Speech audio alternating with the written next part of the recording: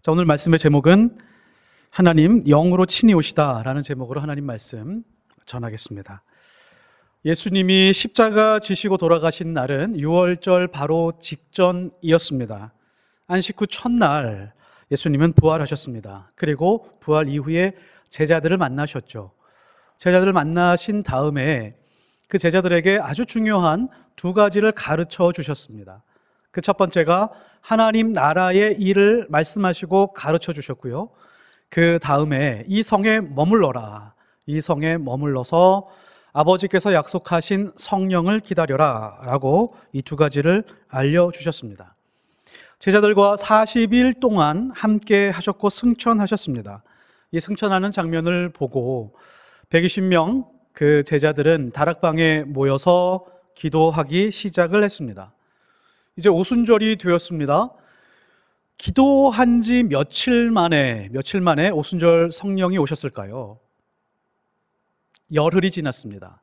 왜냐하면 유월절이라고 하는 그 유월절을 기준으로 7주가 지나게 되면 49일 그 다음 날이 50일이 되고요. 그리고 50일째가 되는 날이 오순절이기 때문입니다. 그러니까 120명의 성도들은 열흘 동안 성령을 기다리고 사모하고 있었던 것입니다. 1절에 오순절 날이 이미 이름에 그들이 다 같이 한 곳에 모였더니, 오순절 날이라고 하는 것은 성경 전체에서 가장 특별하고 중요한 날 중에 하나입니다. 오순절 날의 이름은 여러 이름으로 불리워집니다. 칠칠절, 맥추절, 초실절이라고 하는 이름으로 불리워집니다. 왜 이렇게 이름이 많을까요? 이름이 많은 이유가 있습니다. 절기가 다른 이름으로 불리는 이유는 하나님이 그 특별한 날에 대해서 중요하게 생각하기 때문에 다른 이름으로 계속 불리게 되었던 것입니다. 그러면 누가 오순절 날을 가장 고대하고 기다렸을까요? 첫 번째, 그 당시 유대인들은 많이 흩어져 있기 때문에 각국 나라에서 흩어진 사람들, 절기 때마다 예루살렘에 올라와서 모였는데 적게는 50만, 많게는 200만 명 정도 모였습니다. 출애굽기의 말씀처럼 남자들은 절기에 한 해에 세 번의 절기에 예루살렘에 올라와야 됐었기 때문에 이 절기를 기다리는 사람들이었습니다. 두 번째, 다락방에 모여서 열흘 동안 기도하고 있었던 120명의 성도들이 이 날을 고대하고 있었을까요? 어느 쪽일까요? 이 오순절을 가장 고대하고 있었던 분은 바로 하나님이십니다. 사람들은 하나님이 오순절을 얼마나 고대했는지 알지 못합니다. 우리 인생에서 가장 중요한 날들이 있죠. 생일이 중요합니다. 그리고 결혼 기념일이 굉장히 중요한 것처럼 하나님에게도 생애가 있다면 그 생애에서 오순절은 가장 중요하고 특별한 날입니다. 오순절은 열매와 씨앗을 동시에 품고 있는 날입니다. 오순절은 맥추절이기도 하고 동시에 교회가 탄생한 생일이기도 하기 때문입니다. 엄마가 잊을 수 없는 날이 있죠. 출산한 날을 잊을 수 없습니다. 하나님도 마찬가지입니다. 교회가 탄생하는 그 생일날을 도저히 잊을 수 없으며 하나님이 오랫동안 영원전부터 계획하시고 준비하시고 그렇게 섭리하셨던 이 교회가 탄생한 날에 대해서 고대하고 탄생하게 되는 날 가슴 벅차고 복된 날로 지정하셨습니다. 이사야서 49장 15절에서 16절, 여인이 어찌 그 젖 먹는 자식을 잊겠으며 자기 태에서 난 아들을 긍휼히 여기지 않겠느냐. 그들은 혹시 잊을지라도 나는 너를 잊지 아니할 것이라. 내가 너를 내 손바닥에 새겼고 너의 성벽이 항상 내 앞에 있나니.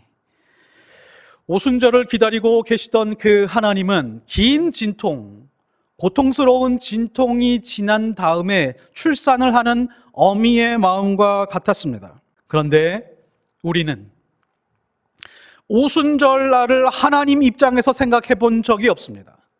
항상 오순절의 성령의 그 능력, 성령의 불을 통해서 교회를 부흥시키려고 하거나 그 은사를 쟁취해서 내가 조금 더 살기 편한 혹은 무언가 영적인 수준이 높은 사람으로 살기 원하는 그 갈급함으로 성령을, 오순절을 오히려 활용하고 이용했었던 적이 많습니다. 교회가 그랬습니다. 성령이 오셨다라고 하는 것은 인격으로 오셨고 하나님 자신이 영으로 오셨는데 하나님이 주신 권능과 교회의 확장과 그러한 눈으로 드러나는 무엇에 대해서 더 많은 관심을 가지고 있었지, 정작 오셨던 그 하나님에 대해서는 관심이 별로 없습니다. 오순절에 하나님이 예수의 영이신 성령을 보내신 특별한 이유가 있습니다. 방언과 각종 신비한 은사를 주시기 위한 것 아닙니다. 교회를 세워서, 교회를 많이 세워서 복음의 방주를 만들어서 죽어가는 사람들에게 복음을 전파해서 구원한 받는 자가 늘어가는 것, 그것도 중요한 문제지만 그것보다 더 근본적인 이유가 있습니다. 하나님은 흙으로 사람을 만드셨습니다. 그리고 그 다음 작업이 중요하죠. 그 코에 생기를 불어넣으셨습니다. 생기를 불어넣으셨다라고 하는 뜻은 하나님의 영, 하나님의 숨을 불어넣으신 것입니다. 그 다음에 생영이 되었죠. 흙으로 된 자가 살아있는 영의 존재가 되었다라고 하는 뜻입니다. 그러나 어느 날 죄가 들어왔습니다. 결과는 치명적이었습니다. 창세기 6장 3절, 여호와께서 이르시되 나의 영이 영원히 사람과 함께 하지 아니하리니 이는 그들이 육신이 됩니다. 육신이 되었다. 하나님의 영이 떠났다. 생기와 성령이 떠나서 이제는 죽을 수밖에 없는 육신만 남은 존재다. 영이 떠나서 흔적만 있을 뿐이지 지적인 능력, 이성적인 능력, 그런 흔적은 가지고 있지만 죽을 수밖에 없는 죽음의 상태와 같다. 숨을 쉬고 먹고 자며 열심히 일하고 무언가 목표를 향해서 열심히 달려가면서 살고 있는 것 같지만 그 모든 사람들을 바라보면 죽음으로 달려가는 기차와 같다. 인간의 모습은 에스겔 죽음의 골짜기에 마른 뼈와 같은 존재다라고 성경은 그렇게 정의 내리고 있습니다. 그래서 이제 하나님은 인간을 영적인 존재로 회복하기 위해 두 번의 큰 일을 만드셔야 했습니다. 이벤트를 행하셔야 했습니다. 첫 번째 가장 중요한 것은 십자가였고 그 다음에 성령이었습니다. 십자가라고 하는 것은 우리의 죄, 우리의 더러운 것을 씻어내야 성령이신, 생령이신 하나님의 숨이신 성령이 들어올 수 있기 때문에 우리의 죄를 씻기 위해서 십자가는 필수적인 문제였습니다. 예수님이 부활하셨습니다. 부활하신 이후에 제자들에게 처음으로 하신 그 말씀이 굉장히 중요합니다. 요한복음 20장 19절에 너희에게 평강이 있을지어다. 한 번만 말씀하신 것이 아니라 또 한 번 더 말씀하셨습니다. 21절에 예수께서 또 이르시되 너희에게 평강이 있을지어다. 아버지께서 나를 보내신 것 같이 나도 너희를 보내노라. 이 말씀을 하시고 그들을 향하여 숨을 내쉬며 성령을 받으라. 이렇게 말씀하셨습니다. 성경 전체를 통틀어 보면 숨을 내쉬며 라고 하는 이 말씀은 딱 두 군데만 나옵니다. 첫 번째가 바로 하나님이 생기를 불어넣으시고 숨을 쉬실 때 그때 나오는 단어였고 두 번째 단어가 바로 여기서 나오는 단어입니다. 예수님이 숨을 내쉬고 성령을 받으라 라고 하는 이 말씀입니다. 예수님이 두 번이나 평강이 있을지어다 라고 했는데 이 평강이 헬라어로 뭐죠? 평강은 에이레네입니다. 에이레네의 뜻이 뭐죠? 에이레네의 뜻이 무엇입니까? 하나님과 내가 일치하게 된다는 것입니다. 하나님의 마음과 하나님의 뜻과 하나님의 생각과 나의 뜻과 나의 마음과 나의 생각이 일치하게 되는 것입니다. 그렇게 일치될 때만이 이 세상에서 최고와 최상의 평강을 경험할 수 있기 때문입니다. 그 평강 안에서 영혼이 번영하는 것, 그것이 에이레네입니다. 예수님이 평강이 있으라 라고 말씀하셨죠. 에이레네가 너희에게 있을지어다 라고 말씀하신 것은 이런 뜻입니다. 예수 안에서 하나님과 일치할지어다. 구체적으로 육신만 남은 너희 인생이여, 죽음으로 달려가는 너희 인생이여 하나님의 영 생기를 회복할지어다 라고 하는 뜻입니다. 그것이 인간이 가질 수 있는 최고의 평강과 평안이기 때문입니다. 그래서 하나님이 성령으로 오신 오순절은 이렇게 설명할 수 있습니다. 하나님께서 두 번째 창조하신 날이다 라고 하는 말과 같습니다. 60만 남아있던 인간에게 하나님의 영이 돌아오셨습니다. 60만 남은 존재에게 예수님의 숨을 통해서 생명을 불어넣으시고 그분이 성령으로 오신 것입니다. 그래서 그리스도 안에 있는 사람들을 이렇게 부르죠. 새로운 피조물이라고 말한 것입니다. 고린도전서 5장 16절에서 17절. 그러므로 우리가 이제부터 어떤 사람도 육신을 따라 알지 아니하노라. 비록 우리가 그리스도도 육신을 따라 알았으나 이제부터는 그같이 알지 아니하노라. 그런즉 누구든지 그리스도 안에 있으면 새로운 피조물이라. 이전 것은 지나갔으니 보라 새 것이 되었도다. 이제 우리는 육신 따라 살지 않는 존재로 정의되었습니다. 하나님의 영, 그리스도의 영, 성령을 따라 사는 존재. 그래서 새로운 피조물입니다. 성령이 들어오셔서 이제 생명으로 다시 회복이 되었기 때문입니다. 이 새로운 피조물, 여기서 끝나지 않습니다. 그냥 새롭게 깨끗하게 되었다라고 하는 정도가 아니라 이 새로운 피조물이라고 하는 우리의 모습, 우리의 존재는 관계적 언어로 표현한 겁니다. 피조물이라고 하는 전제가 나를 만드신 분이 있다라고 하는 것이고 관계가 형성이 되었다라고 하는 뜻입니다.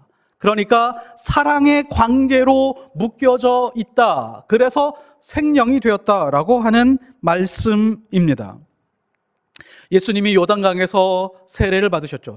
요한에게 세례를 받았습니다. 세례 받을 때 하늘문이 열리고 성령이 내려오셨습니다. 비둘기같이 성령이 내려오신 다음에 하나님의 음성이 들렸습니다. 어떤 음성이 들렸죠? 이는 사랑하는 내 아들이고 내 기뻐하는 자라. 이 말씀이 무슨 뜻이냐면 성령이 오셔서 우리 안에 사랑의 관계로 다시 회복이 되었다라고 하는 뜻이고 기쁨이 넘치게 되었다라고 하는 말씀입니다. 언제라고요? 성령이 우리에게 오시고 난 다음에 완전한 사랑이 회복되었다라고 하는 것입니다. 특별히 오늘 말씀은 오순절에 성령이 오셔서 일어나는 세 가지 현상을 구분해서 우리에게 설명해 주고 있습니다. 첫 번째는 청각적인 현상이고 두 번째는 시각적인 현상이고 그 다음에는 전인격적인 현상으로 우리에게 말씀해 주고 있습니다. 첫째가 청각적인 현상이죠. 2절에 호련히 하늘로부터 급하고 강한 바람 같은 소리가 있어 그들이 앉은 온 집에 가득하며 영적인 소리가 들렸습니다. 강한 바람이 세차게 부는 것 같은 소리가 온 집안에 가득했습니다. 어떤 사람은 이것을 환청이라고 말합니다. 그러나 120명이 동시에 들었습니다. 환청은 아니었습니다. 모든 사람이 들었던 이 소리, 강한 바람 같은 이 소리는 에스겔서 37장에 보면 마른 뼈들이 살아나는 장면이 있습니다. 5절에 보면 내가 생기를 너희에게 들어가게 하리니 너희가 살아나리라. 생기를 들어가게 하신다고 했습니다. 그러자 뼈에 힘줄이 생겼습니다. 그 다음에 근육이 붙기 시작을 했습니다. 혈관이 생겼습니다. 피부가 생겼습니다. 어떤 사람의 형상의 모습을 가지게 되었습니다. 그러나 아직 생명이 들어가지는 않았습니다. 9절에 생기야 사방에서부터 불어서 이 죽음을 당한 자에게 불어서 살아나게 하라. 바로 이 바람입니다. 죽은 영혼을 살아나게 하는 이 생기, 사방에서 불어서 죽은 자에게 들어가서 살아나게 하는 이 생기와 같은 바람이 오순절에 급하고 강한 바람이었습니다. 우리는 세상을 살아가면 지치기 마련입니다. 광야와 같기 때문입니다. 목마를 때도 있습니다. 때로는 아픔과 눈물이 있습니다. 그러나 성령의 바람이 불고 생기가 불면 반드시 다시 살아나게 되어 있습니다. 우리는 이 믿음 가지고 하루하루 살아가고 있습니다. 두 번째, 시각적 현상입니다. 3절에 보시면 마치 불의 혀처럼 갈라지는 것들이 그들에게 보여 각 사람 위에 하나씩 임하였더니 120명이 모여서 기도했습니다. 근데 신비한 소리가 막 들리기 시작을 합니다. 강한 바람 소리가 들리기 시작을 해서 사람들이 놀랐습니다. 눈을 떴습니다. 그런데 각자 사람을 바라보니까 사람들 머리 위에 뜨거운 불덩어리 같은 그런 불들이 머리 위에 임하고 있는 것입니다. 불의 혀. 불이 막 타고 있는데 흔들리면 마치 혓바닥처럼 보이잖아요. 그런 것들이 사람들 각 사람 120명 머리 위에 다 지금 얹어져 있는 겁니다. 그리고 하나님이 임하기 시작했습니다. 이 불이 바로 성령의 불입니다.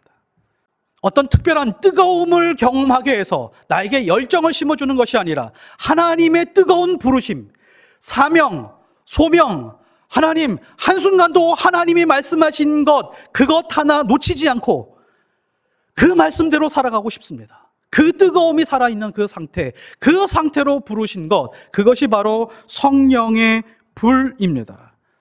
그래서 어떠한 인생의 한계가 있다라고 할지라도 80이 되어도 90이 되어도 100세가 넘었다라고 할지라도 내가 가지고 있는 모든 에너지의 수준을 다 활용하여 하나님, 당신을 위해서 살겠습니다. 내가 하나님을 조금 더 일찍 만났더라면, 내가 40이 아니라 20대에 만났더라면, 내가 훨씬 더 일찍 하나님의 그 뜨거운 사명을 알 수 있었더라면 하는 그 심정으로 하나님 앞에서 살아가는 것입니다. 그 사명에 사로잡힌 그 모습, 그것이 바로 성령의 불입니다. 그 뜨거움으로 나의 욕심과 정욕과 이기심이 태워지고 예수님이 가신 길을 가게 되었다. 그 출발점입니다. 성령의 불을 사모하고 계시나요? 그렇다면 반드시 성령이 임하게 될 것입니다. 세 번째는 전인격적인 변화를 말하고 있습니다. 성령이 오셨는데 전인격적인 변화가 일어나지 않았다면 아직 성령의 충만함이라고 말할 수 없습니다. 4절에 보면 그들이 다 성령의 충만함을 받고 성령이 말하게 하심을 따라 다른 언어들로 말하기를 시작하니라. 이 말씀을 조금 더 상고해 보면 이 말씀은 성령이 나에게 오신다는 것은 무엇을 의미하는가? 그리고 또 하나는 성령이 내 안에 계시다는 사실은 나를 어떤 현실로 인도하시고 이끌어 가시는가를 말해주고 싶으신 것입니다. 다시 한번 강조합니다. 성령이 오셔서 방언을 말하고 예언을 말하고 어떤 특별한 은사를 가지게 되고 이러한 것들은 사실 부스러기에 불과합니다. 나쁜 것은 아니지만 부수적인 부산물에 불과하다는 것입니다. 피상적인 결과일 뿐이죠. 우리 영혼에 결정적이지 않습니다. 방언이나 어떤 특별한 은사를 가지고 있는 사람들인데 사랑이라고 하는 것이 없어서 울리는 꽹과리보다도 더 초라하게 살아가는 사람들도 있기 때문입니다. 성령이 내 안에 오셨다라고 하는 의미는 더 근본적이고 더 특별한 의미가 있습니다. 성자 예수님이 계시죠.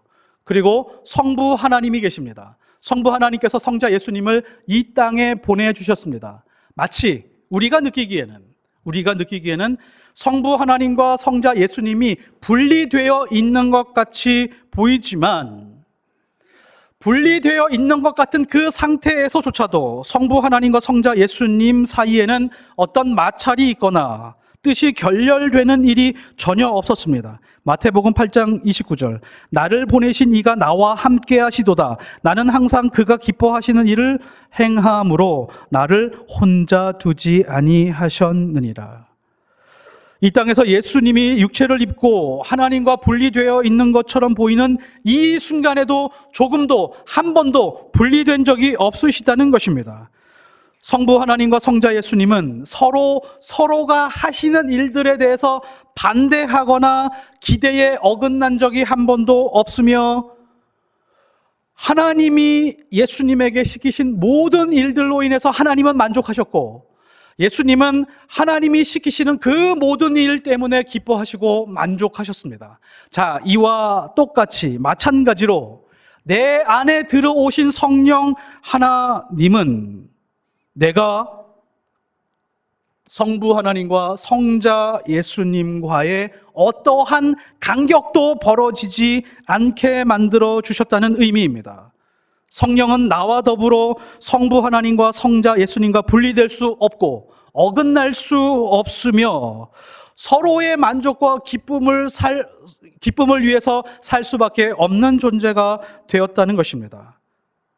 거꾸로 나를 사랑하시는 창조주 하나님, 나를 위해서 죽으신 성자 예수님, 나와 영원히 함께 계시는 성령 하나님께서는 절대로 나를 놓아줄 의향이 없으십니다. 사탄의 어떠한 공격이라고 할지라도, 심지어 내가 결심해서 하나님을 떠나겠다라고 할지라도 하나님은 놓아주지 않겠다라고 하는 것이 성령이 오신 의미입니다. 그래서 어떻게 되죠? 우리는 이런 삶을 살아가게 됩니다. 하나님이 좋다고 하시는 것에 내가 좋아하게 됩니다. 하나님이 싫다고 하는 것들을 내가 만지고 내가 그것을 취하고 있다면 굉장히 불편하게 됩니다.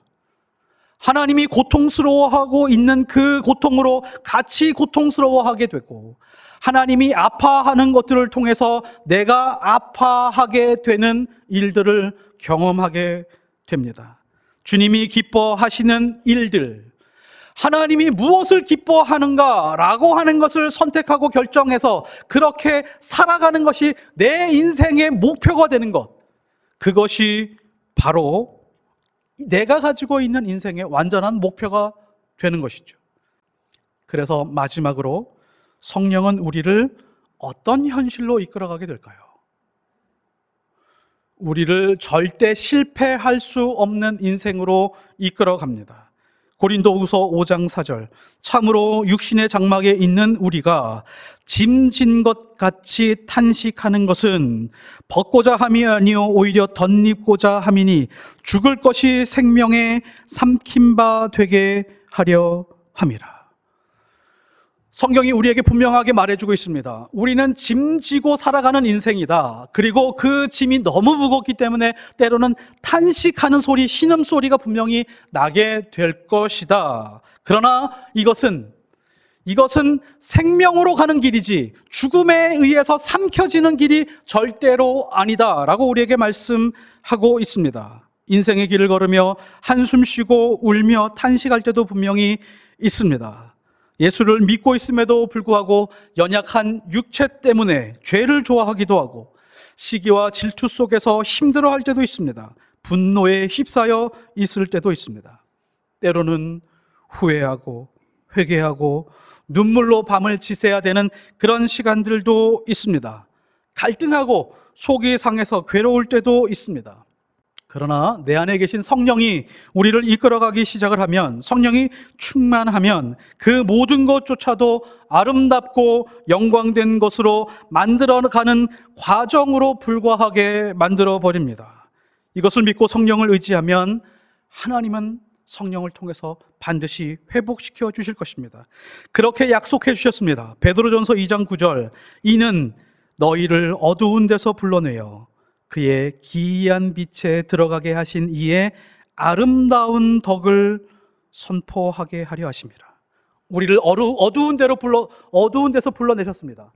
어두운 곳에서 우리는 많은 상처도 있고 실패도 있고 좌절도 있고 괴로움도 고통도 있었습니다. 그 모든 것들을 우리 인생의 스토리로 다 나열하게 만들어서 많은 사람들 앞에서 오히려 아름다운 덕으로 드러나게 하는 그런 은혜가 있게 해주신다는 것이죠. 성령 때문입니다. 이제 여호와 하나님을 경외하십시오. 예수 그리스도 닮기를 중단하지 마십시오. 그리고 성령 하나님을 사모하십시오. 존재의 근본적인 변화와 살아 숨쉬고 있는 이유와 나에게 질병을 주시고 고난을 주시는 그 하나님의 뜻을 발견하게 될 것이며, 그리고 나만이 경험할 수 있는 하나님의 권능을 경험하며 이 땅을 살아가게 될 것입니다.